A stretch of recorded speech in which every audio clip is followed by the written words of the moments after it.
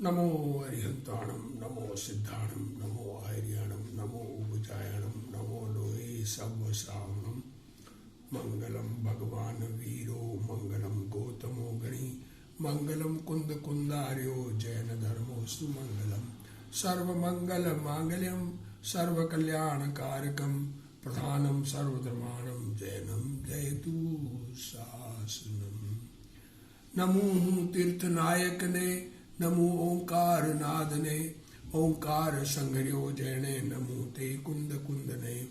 अहो उपकार जिन वर्णो, कुंदनो ध्वनि दिव्यनो, जिन कुंद ध्वनि आप्या, अहो ते गुरु कहाननु। मंगलमय मंगल करण, वीतराग विज्ञान, नमो ताहि जाते भय, अरहंतादि महान। करि मंगल करियो महा, ग्रंथ करण को काज, जाते मिले समाज सब, पावे निज पद राज। मोक्ष मार्ग प्रकाशक ग्रंथ में हमारा स्वाध्याय चल रहा है। इसमें आचार्य उपाध्याय साधु का स्वरूप हमने स्वाध्याय किया।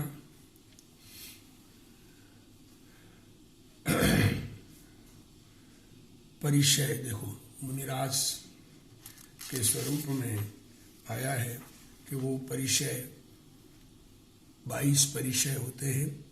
भूख प्यास सर्दी गर्मी नग्नता आदि, उन 22 परिचय को सहते हैं। तो उस 22 परिचय का सहना नहीं है, दुख सहन करना वह परिचय नहीं है। क्या कह रहे हैं? स्त्री आदि अनुकूल संयोग हो अथवा शरीर में पीड़ा आदि प्रतिकूल संयोग हो तो भी वे उस तरफ लक्ष्य नहीं करते, दर्शन ज्ञान चारित्र में से नहीं खिसकते। शास्त्र में कहा है कि मार्ग अछेवन निर्जरा अर्थात मोक्ष मार्ग से इच्छित नहीं होने के लिए और निर्जरा के लिए परिचय जय है। मुनिराज शुद्धता में आगे बढ़ते हैं। अज्ञानी मानते हैं प्रतिकूलता के समय कषाय हो तो उन्हें जीतना परिचय। देखो, प्रतिकूलता आवे और कषाय हो, फिर कषाय उपशांत करे, उसको जीतना कहते। ऐसा नहीं है। परिचय आने पर कषाय उत्पन्न ही नहीं हो, उसका नाम परिचय जय है। स्त्री के प्रति राग होवे, उसे दूसरे समय जीतना वह परिचय जय नहीं है। परंतु वैसे निमित्तों के समय राग आदि की उत्पत्ति न होने देना वह परिचय जय है। भूख प्यास लगने पर पीड़ा हो, उसे दूसरे समय जीतना वह परिचय नहीं है, बल्कि वैसे प्रसंगों में आत्मा के स्वभाव में रहकर अरुचि भाव नहीं होने देने को परिचय जय कहते हैं। मिथ्या दृष्टि को परिचय जय नहीं होता। देखो, आत्मा का अनुभव जिसको नहीं है, वस्तु स्वरूप की जिसे समझ नहीं है, उसके परिचय जय नहीं होता। वह तो स्वयं परिचयों द्वारा जीता गया है। शरीर में ताप होने पर अज्ञानी कहता है कि हमने बहुत सहन किया। देखो, शरीर में बुखार हो, हमने बहुत सहन किया, हमने इतने उपसर्ग सहन किए। अरे, उपसर्ग हमारे थे ही कब? उनको अपना मानना यही अज्ञान भाव है। परंतु वास्तव में तो आत्मा आनंद कंद है। ऐसे भान पूर्वक प्रतिकूल संयोग के समय अस्थिरता न होने देना और स्थिरता करना परिचय जय है। 6वें गुणस्थान तक 7 भय होते हैं। 7वें से 12वें तक ध्यान अवस्था है। देखो, 6वें गुणस्थान तक 7 भय की, थोड़ा भय प्रकृति का उदय है। हालांकि ज्ञानी को 7 भय रहित कहा है, पर यहाँ ये कह रहे हैं कि 6वें गुणस्थान तक भय प्रकृति का उदय है, तो थोड़ा सा भय होता है। पर 7वें गुणस्थान 12वें तक ध्यान अवस्था है। केवली भगवान के किंचित असहायता का उदय वर्तता है, इससे परिचय कहा है। वहां तो निमित्त का लक्ष्य भी नहीं है। मुनिराज का तो थोड़ा लक्ष्य जाता है। रोग आने पर आर्त ध्यान हो जावे और दूसरे समय उसे टाले, वह परिचय जय नहीं है। वस्तुतः आत्मा के भान बिना परिचय जय नहीं होता। पहले समय राग हो, वह दूसरे समय टल ही जाता है। राग हो तो वो तो दूसरे समय यूं ही मिट जाता है। तो तुमने क्या मिटाया, उसे क्या जीतना? परंतु आत्मा के भान द्वारा अरुचि द्वेष नहीं होने देना ही परिचय जय है।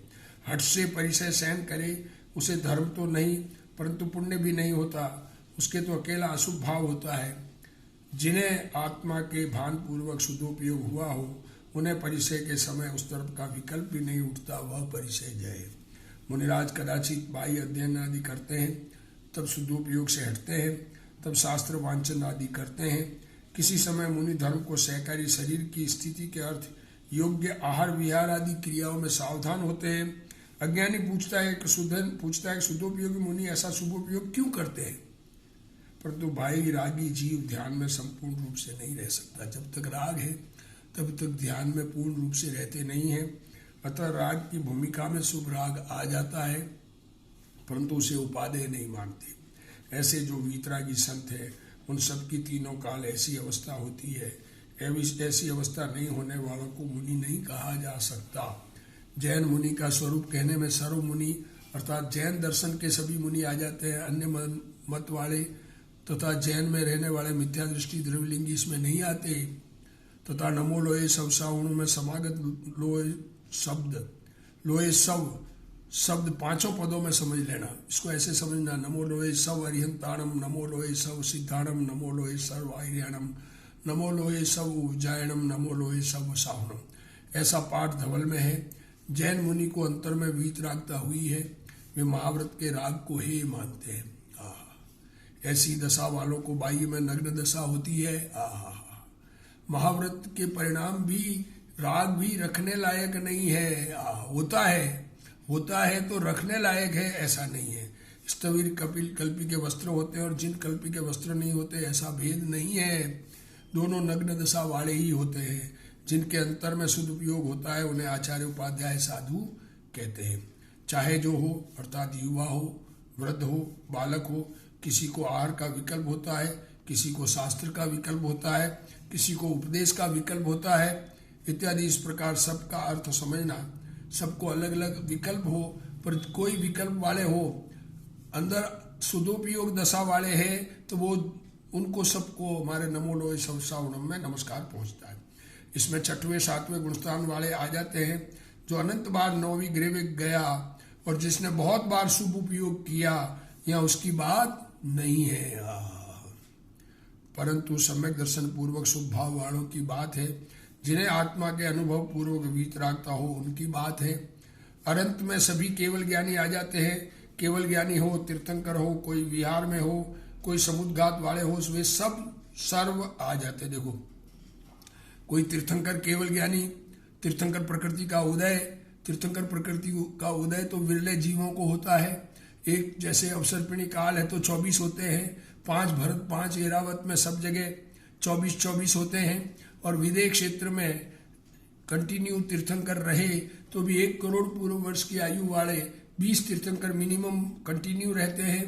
और बाकी के जब उत्पन्न होते हैं तब होते हैं, पर तीर्थंकर के अलावा बाकी देखो, कोई तीर्थंकर सामान्य हो, कोई विहार में हो, तीर्थंकर नहीं हो, अरिहंत दशा में हो, और कोई समुद्घात हो रहा हो जिनका 14वें गुणस्थान में आयु कर्म पूर्ण होने को हो और बाकी कर्म बच जाते हैं, तो आत्मा शरीर के प्रदेशों से शरीर के बाहर फैलता है, उसको समुद्घात कहते हैं। वे सर्व इसमें आ जाते हैं। आज आचार्य का स्वरूप सभी मुनियों की ऐसी दशा होती है। आत्मा के भान सहित ही मुनि होते हैं। देखो, आत्मा की समझ बिना के मुनि नहीं होते हैं। जिनको आत्मा की जानकारी नहीं है वो मुनि कैसे? जिस समय वे उपदेश दे रहे हों अथवा अन्य विकल्प में हो, परंतु ऐसी दशा होती है। अब इन तीनों में आचार्य की अधिकता बताते हैं। आचार्य पद किसे देते हैं? उनमें जो सम्यक दर्शन, सम्यक ज्ञान, सम्यक चारित्र की अधिकता से प्रधान पद को प्राप्त करके संघ में नायक हुए। सम्यक दर्शन, सम्यक ज्ञान, सम्यक चारित्र की अधिकता और उसमें संघ में जो बड़े दिखते हैं, नायक हुए, तथा जो मुख्य रूप से तो निर्विकल्प स्वरूपाचरण में ही मग्न है। चाहे आचार्य हो, चाहे उपाध्याय हो, चाहे साधु हो, सबको स्वरूप आचरण में मग्नता होती है। और जो कदाचित धर्म के लोभी और राग है, तो धर्म के लोभी अन्य जीव याचक उनको देखकर राग अंश के उदय से करुणा बुद्धि हो तो उन्हें धर्मोपदेश देते हैं। जो दीक्षा ग्राहक है उनको दीक्षा देते हैं, और जो अपने दोषों को प्रकट करते हैं उनको प्रायश्चित विधि से शुद्ध करते हैं। ऐसे आचरण अचनाने वाले आचार्य, उनको हमारा नमस्कार हो। देखो अब गुरुदेव जी का प्रवचन, उन्हें वीतरागता बड़ी है। ज्ञान का उघाड़ विशेष है, ज्ञान का विशेष क्षोभशम हो। इससे वे संघ के नायक होते हैं। वे मुख्य रूप से तो आत्मा के आनंद में लीन रहते हैं। कदाचित धर्म के लोभी को उपदेश देते हैं। जिस किसी को उपदेश नहीं देते,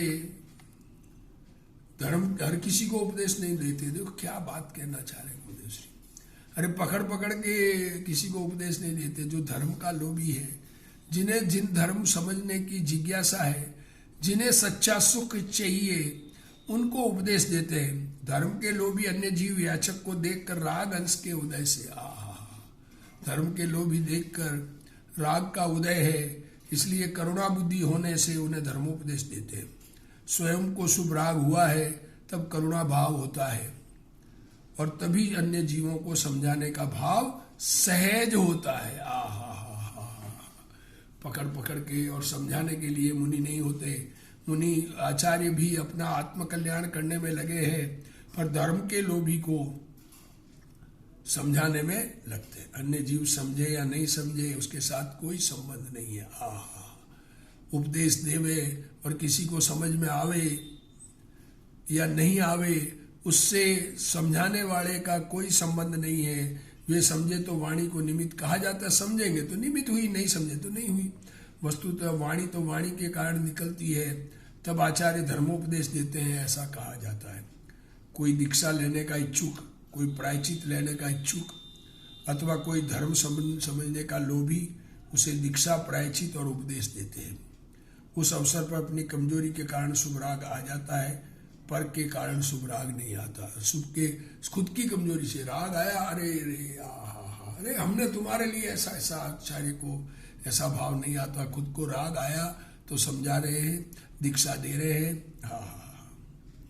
उपदेश देते हैं, प्रायश्चित देते हैं। कोई आके जैसे संघ में मुनिराज है, कोई दोष लग गया, दोष का निर्दोष भाव से मायाचार रहित होकर आचार्य के समक्ष अपना दोष प्रकट करते हैं, उनको प्रायश्चित विधि से शुद्ध करते हैं। आत्मा के निर्विकल्प आनंद में रहना वह मुख्य है।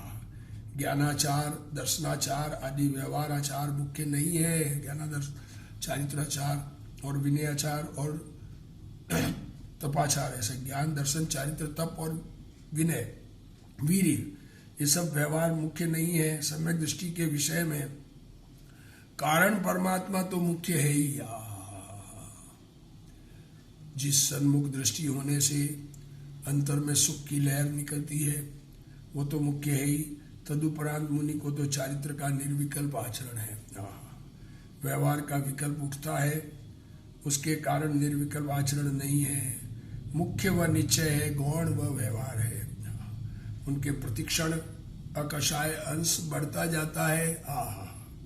राग वाली दशा के समय धर्मोपदेश देते हैं, अर्थात उपदेश स्वयं निकलता है, तथा विकल्प वाली दशा के समय किसी को दीक्षा देते हैं, अथवा जीव अपने दोष प्रकट करता है तो उसे प्रायश्चित द्वारा शुद्ध करते हैं।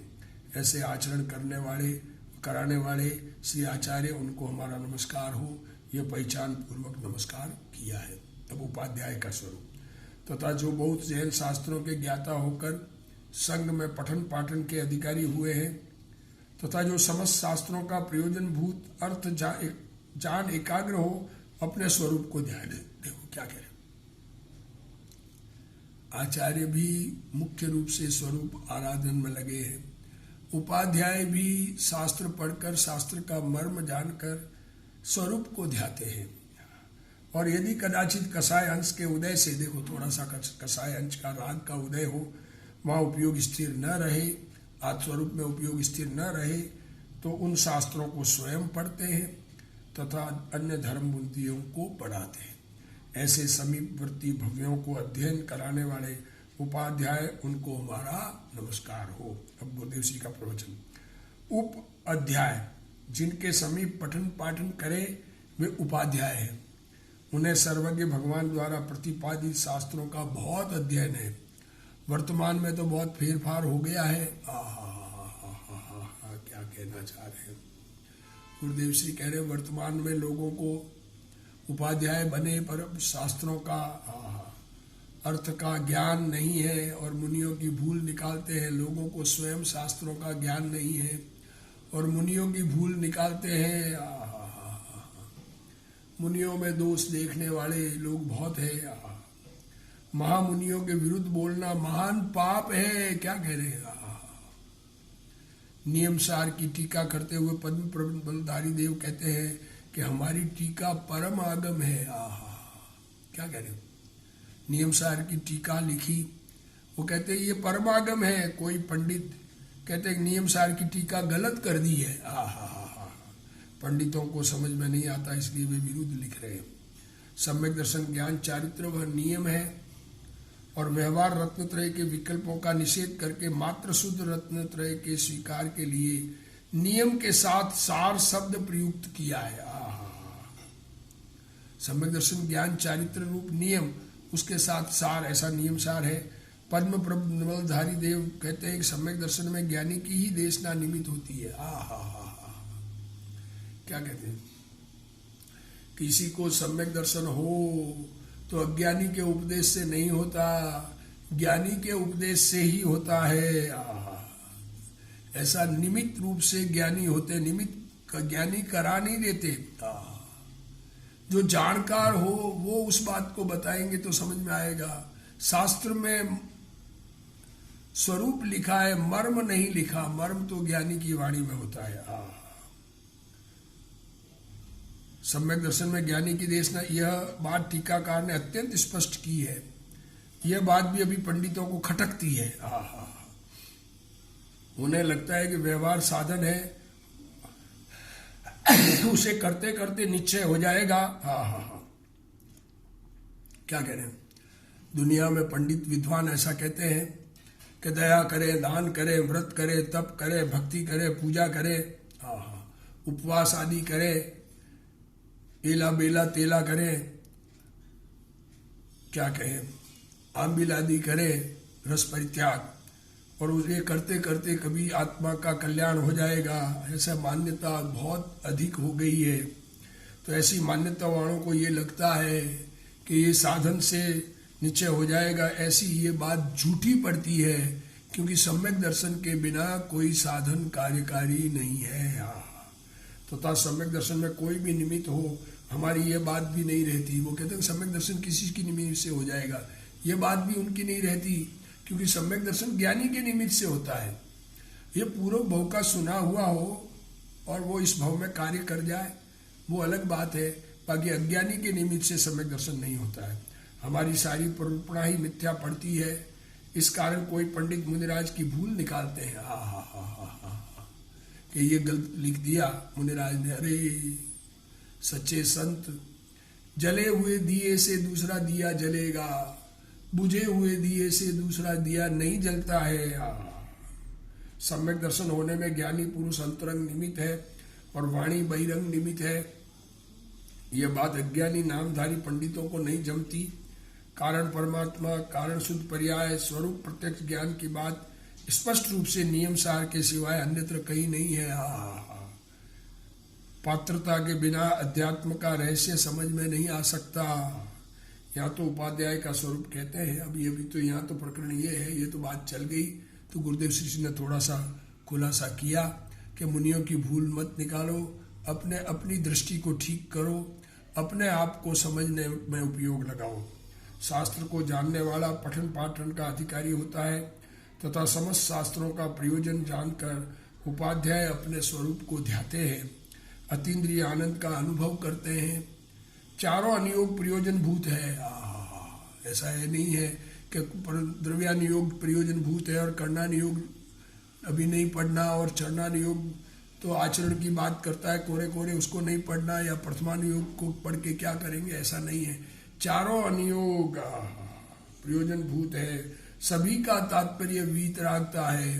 पहले हमने हरिवंश पुराण प्रथमानुयोग का शास्त्र स्वाध्याय किया, उसमें भी जिनवाणी का उपदेश आया, और उसमें भी हमें ये समझ में आता है कि आत्मा अनादि अनंत नित्य है। उसमें कर्णानुयोग का प्रकरण भी आया, दीप समुद्र आदि का कथन भी आया। वैसे ही दूसरे चरणानुयोग का भी आता है कि ज्ञानियों के आचरण कैसे होते हैं। प्रथमानुयोग की कथा लिखेंगे तो ज्ञानियों का आचरण भी लिखेंगे, ज्ञानियों का आत्म ध्यान, उनको केवल ज्ञान कैसे हुआ, आत्मा में लीनता कैसी हुई, ये बात भी उसमें आती है। इसलिए चारों अनुयोग प्रयोजनभूत है। सभी का तात्पर्य वीतरागता है। किसी समय राग के सद्भाव के कारण स्वयं आगम पढ़ते हैं। उपाध्याय मुनिराज राग उदय हो तो स्वयं शास्त्र पढ़ते हैं, धर्म बुद्धि वालों को पढ़ाते हैं।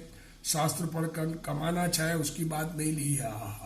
शास्त्र पढ़कर बुद्धि की अधिकता से दुनिया में नाम करना है, ऐसा अभिप्राय ज्ञानी को नहीं होता, किंतु धर्म की रुचि वाले को पढ़ाते हैं। इस प्रकार समीपवर्ती भव्य जीवों को अभ्यास कराने वाले श्री उपाध्याय परमेश जी को हमारा नमस्कार हो।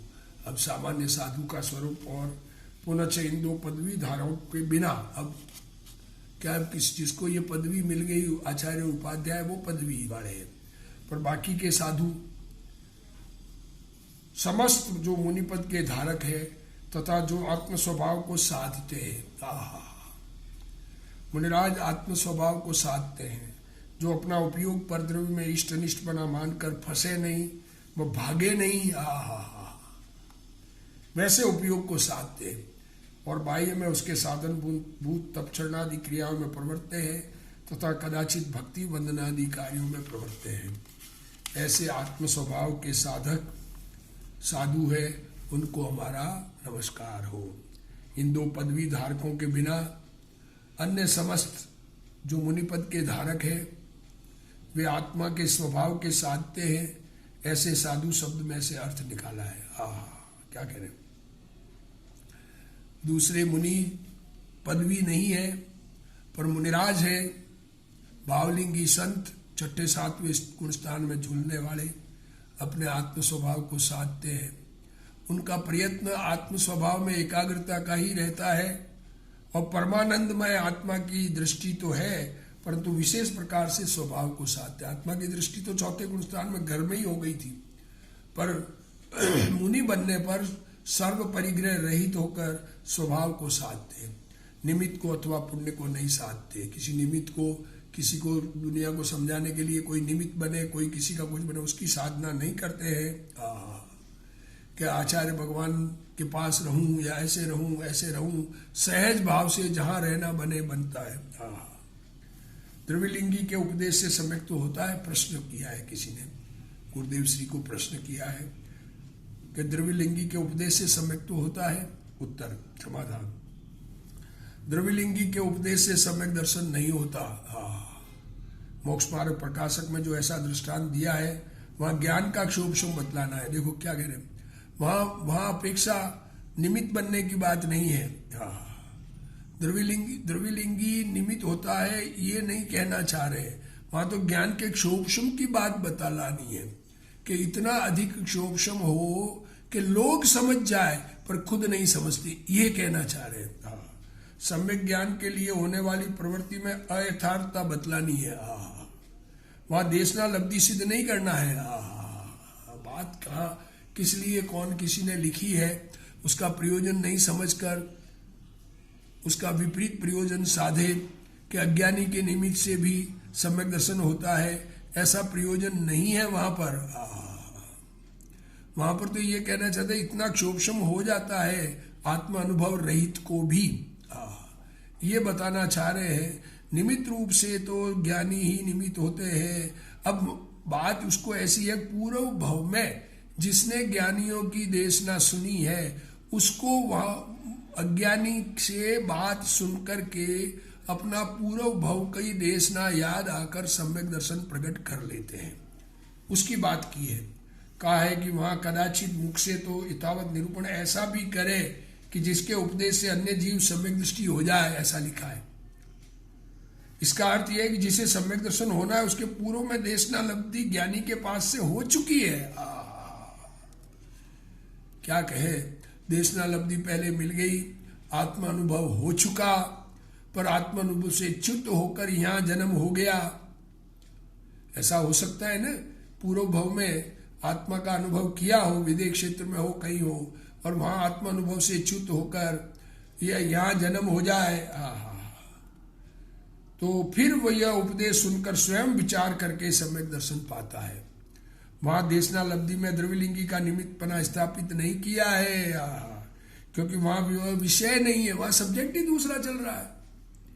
अब उस सब्जेक्ट का अर्थ, जो सब्जेक्ट चल रहा है उस सब्जेक्ट का अर्थ दूसरे प्रकार से करेंगे तो कैसे चलेगा। ज्ञान अज्ञानी की देशना निमित्त नहीं होती है। द्रव्यलिंगी को ज्ञान का इतना उगाड़ होने पर भी, देखो द्रव्यलिंगी को 11 अंग 9 पूर्व का क्षोभशम है, वह सम्यक दर्शन नहीं पाता। जब 11 अंग 9 पूर्व का क्षोभशम, ऐसा क्षोभशम ज्ञानी, अब शास्त्रों के अब बहुत ज्ञाता, अगर खुद को आत्मा का अनुभव नहीं है तो वो दूसरे को कैसे समझा सकता है। विचार करो उस ज्ञान के क्षोभशम से। अरे बात समझने की है, ज्ञान का क्षोभशम सम्यक दर्शन का कारण नहीं है, आत्मा की रुचि सम्यक दर्शन का कारण है। स्वयं नहीं समझता फिर भी सामने वाला जीव समझ जाता है। तात्पर्य है कि वहां देशना लब्धि सिद्ध नहीं करना है। वहां देशना लब्धि सिद्ध वहां की बात कर रहे हैं, परंतु सम्यक ज्ञान के अर्थ होने वाली प्रवृत्ति में अयथार्थपना बतलानी है। ये इसी ग्रंथ में आगे आएगा ये बात। धवल के 4थे भाग में पाठ है कि देशना लब्धि से परिणत आचार्य आदि के मुख से सुनने को देशना लब्धि कहते हैं। जिन्हें देशना लब्धि प्राप्त हुई है वो देशना लब्धि में निमित्त होता है। क्या कह रहे, देशना लब्धि से परिणत आचार्य आदि के मुख से, जिनको देशना लब्धि प्रकट हुई है, जिनको स्वरूप सन्मुखता परिणति हुई है, जिन्हें आत्मा का अनुभव हुआ है, जिन्हें धर्म समझ में आया है, उनके मुख से सुनना उसे देशना लब्धि कहते हैं। अर्थात देशना लब्धि में ज्ञानी का ही निमित्त होना चाहिए। यहाँ साधु का स्वरूप, अभी यहाँ ये प्रकरण नहीं है, बात चल गई, गुरुदेव श्री ने कह दिया। यहाँ साधु का स्वरूप बताते हैं, जो अविकारी स्वभाव को साधता है वह साधु है। साधु 28 मूल गुणों को नहीं साधता, परंतु रागात्मक भूमिका में वे आ जाते हैं। क्या कह रहे, मुनिराज को राग आता है तो 28 मूल गुण पालन करते हैं, पर वो 28 मूल गुणों की साधना नहीं करते हैं, आत्मा की साधना करते हैं। उपयोग को इस प्रकार साधते हैं कि वह परद्रव्य में इष्ट अनिष्ट मानकर नहीं फंसे अथवा नहीं भागे। कोई खूबसूरत सी चीज देखकर उसमें बाहर के परद्रव्यों में लगा रहे देखने में, ऐसा उपयोग फंसे नहीं, इस प्रकार से साधते हैं। और कोई बदसूरत चीज देखकर उससे भागना चाहे, कोई बदबूदार चीज पड़ी हो उससे भागना चाहे, उपयोग को भगाना चाहे, ऐसा नहीं है। इस प्रकार स्वभाव का साधन करते हैं। कमजोरी के कारण अल्प राग हो जाता है, तथापि पदार्थ को इष्टनिष्ठ मानकर वह राग नहीं होता। सर्वज्ञ देव इष्ट है और सिर काटने वाला शत्रु अनिष्ट है, ऐसा मुनि नहीं मानते। क्या उदाहरण दिया गुरुदेव श्री ने। सर्वज्ञ परमात्मा को इष्ट और गर्दन काटने वाले को अनिष्ट, ऐसा मुनि की मान्यता नहीं होती है। तो किसी समय भक्ति, वंदना, यात्रा, देखो अब ये तो इतनी बात, यात्रा, तपस्या आदि के शुभ कार्य में प्रवर्तते हैं। अपनी कमजोरी के कारण पंच परमेष्टि के प्रति राग हो, देखो पंच परमेष्टि के प्रति राग पंच परमेष्टि के कारण नहीं है, खुद की कमजोरी से राग है, ये बात समझने की जरूरत है। हम संसार में रहते, हम घर में रहते तो हमारी कमजोरी से रहते हैं। हमें क्रोध आया है तो हमारी कमजोरी से आया है, किसी ने गाली निकाली इसलिए क्रोध नहीं आया है।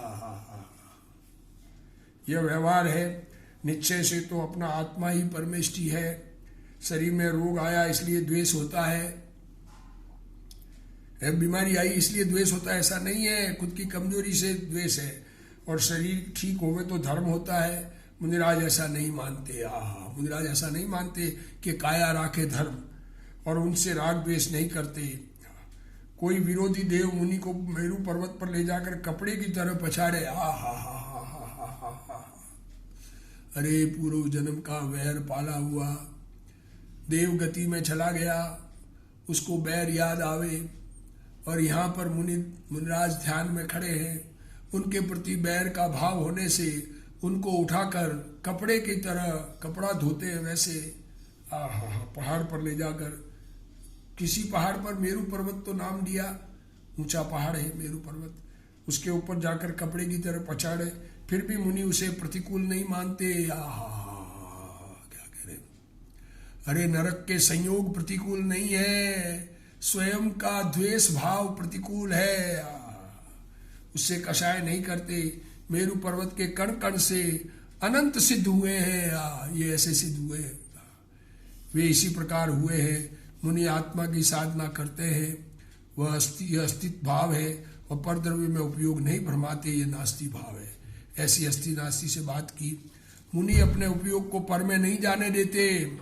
शुभ राग के काल में बाह्य साधन भूत तपचरणादि क्रियाओं में लक्ष्य जाता है, अथवा कदाचित भक्ति वंदनादि कार्यों में लक्ष्य जाता है। देखो, अंतर में स्थिर न रह सकते, तब अनंत आदि की भक्ति स्तवनादि के लक्ष्य जाता है।